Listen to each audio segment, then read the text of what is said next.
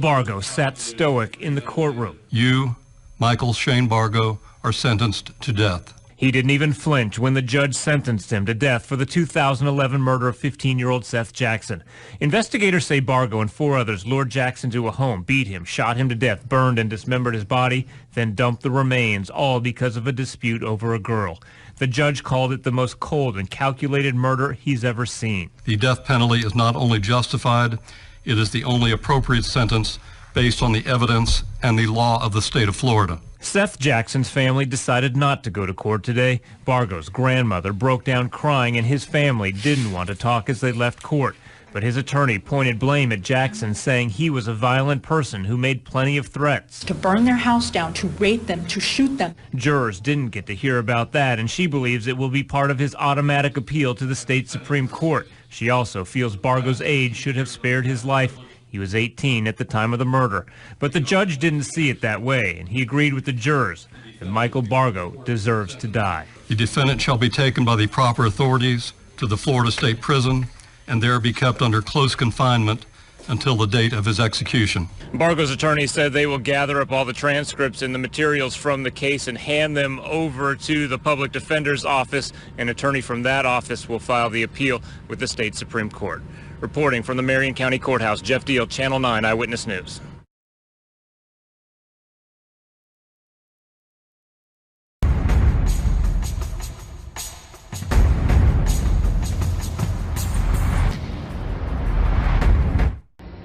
And Mike, Austin Myers had another shot today. He asked the judge to spare his life. Last week, a Warren County jury recommended death for the 19-year-old. But at the official sentencing this afternoon, Judge Oda heard from Myers as well as Justin Back's family. Austin could have stopped it, but tells Justin it's okay, it's almost over. You could have changed your mind many times, but you didn't, especially when Justin was begging for his life. An 18-year-old Navy recruit begged his friends to stop choking and stabbing him. Instead, they continued with the brutal murder. I'm not going to stand up here and tell you how much I hate you. That is without question. Today, Justin Back's parents didn't hold back as they spoke to Austin Myers, one of the teens who is now convicted of killing their son Justin. I would just hope that every time you close your eyes at night, you see my son Justin. Myers himself had a few words for the judge. No, I've made a horrible mistake. I'm only 19 years old. I think there's a lot of good things I can do with my life if you allow me to keep my life. Judge Don Oda upheld the jury's recommendation and sentenced Myers to death. The defendant does not understand how precious life is. After sentencing, prosecutor David Fornshell revealed more details about Myers' plan, one that Fornshell says included killing more people. According to Tim Mosley, he said he wanted to go get his gun out of pawn in Dayton and use that gun as well as the one they stole from Mark Cates to go kill his own mom and stepdad. Austin Myers wanted to kill his own mom and stepdad after killing Justin Back. Just 15 minutes later, this is part of his plan.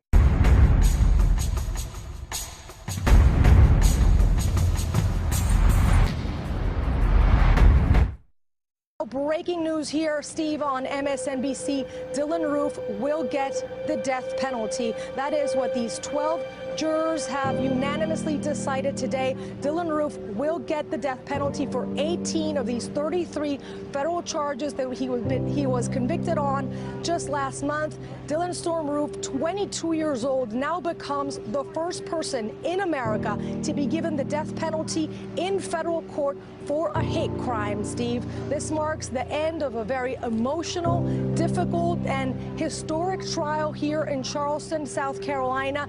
This jury comprised mostly of white women. They have decided that Dylan Roof will die by a lethal injection after having killed these 9 African-American church members at Emmanuel AME Church on June 17th, 2015, here in Charleston, South Carolina. The prosecution today, in their closing argument, they went through just vivid details of each of these victims we have come to know so well throughout this process, of what each of them saw saw in their last moments together in that church. They saw fear and they saw Dylann Roof. And he went through, the prosecutor, through the premeditation, the planning that Dylann Roof undertook in doing this, and then his final objective, to incite others to engage in a race war. I also want to explain to our audience, Steve, why the jury might have taken 3 hours almost to get to this conclusion.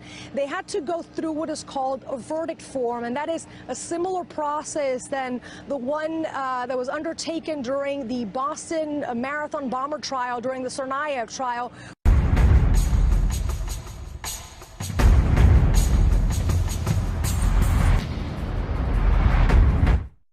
We begin tonight with the death sentence for a gang member who killed a high school football player because he carried a red backpack. The murder of Jamil Shaw shocked the community. Eyewitness News reporter Miriam Hernandez is live in downtown LA with the family's reaction to the judge's decision. Miriam? From the night of the crime to the sentencing of the killer, it has been a 4-year ordeal for the Shaw family. Today was the wrenching finale. Already convicted of murder, Pedro Espinosa today heard directly from the family of Jamil Shaw II, the 17-year-old he gunned down. The days when I was growing up, it was basically you use your fists. You don't just go and kill somebody cold blood. It's the coward's way out. Jamil was a football standout who Espinosa shot thinking Jamil was a rival gang member. Before the judge pronounced the death penalty, the Shaw family told of their pain. After 4 years, still raw. I find myself, I'm not that strong of a Christian because I can't turn around and say I forgive you for killing my son. You should thank God if you have your family intact and your kids and you're loving them and you're doing things. Thank God for that, because there's people like that don't give a damn. Espinosa, 23, an undocumented immigrant, had a history of gang crime and assaults even while behind bars. He shot Jamil Shaw a day after he had been released from jail. Today, in a last-ditch effort to avoid sentencing, Espinosa demanded a new trial, telling the judge his attorney was incompetent. The motion was denied. Instead, Judge Ronald Rose ordered execution. At which time and place you shall then put to death Pedro Espinosa in the manner prescribed by law. You know, you want revenge. You can't help it. It's like a human nature. That was my son that, you know, was on the streets dead. That was my son, and people don't understand that. And the family has these words for Jamil. We did it, man. We did all we could do. You know, can't do no more than that, man. You know? I tell him every day, sorry about that, man. Sorry, man.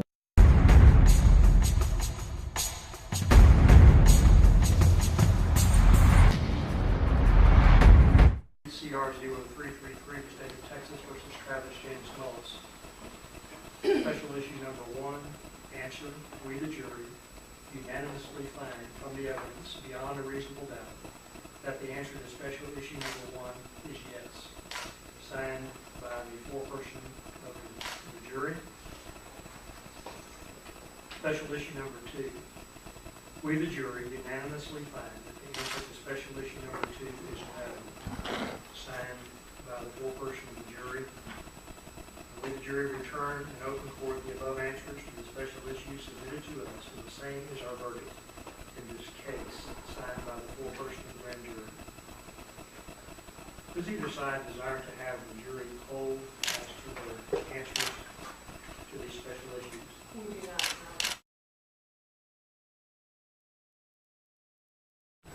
Judgment of conviction by jury, capital murder. Date entered March 21st, 2011.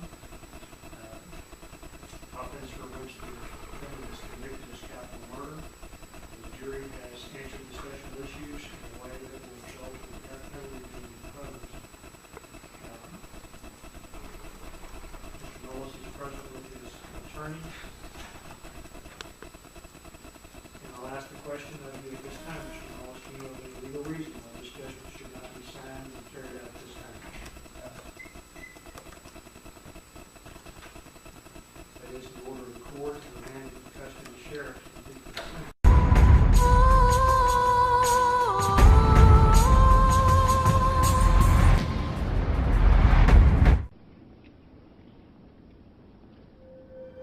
Brandon Lee Bradley, You have been given the opportunity to be heard and show cause why judgment should not be imposed and offer matters of mitigation. This court has considered the aggravating and mitigating circumstances presented and has prepared a comprehensive sentencing order which is on file with the clerk. No legal cause has been shown to preclude the imposition of the judgment and sentence.